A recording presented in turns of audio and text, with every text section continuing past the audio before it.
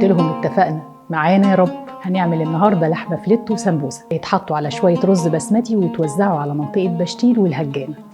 السلام عليكم ورحمة الله وبركاته. ازيك يا حبيبة قلبي، عاملة ايه؟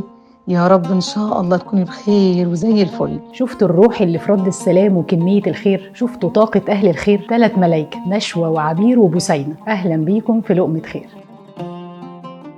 قصة عنوانها توفيق أهل التوفيق. الصوت اللي سمعتوه لبسينة نيتها خير في كل أرض تحل فيها. سافرت من مصر للإمارات لأمريكا، فربنا يجمعها بالناس اللي شبهها. بسينة قالت لي عاملة حسابي هي وصحابها عبير ونشوى، دول صحابها اللي عايشين معاها في أمريكا، إنهم عاملين حسابهم على مبلغ معين عايزين يطلعوا منه جزء يشاركوا بيه في أضحية في العيد، وجزء تاني عشان يشاركوا بيه في الخير ويعملوا وجبات. بسينة قالت لي كلمة عدت في قلبي عن علاقتها بنشوى وعبير. قالت لي إن الجنة مش بتكمل إلا بالحبايب، جملة تخلع القلب.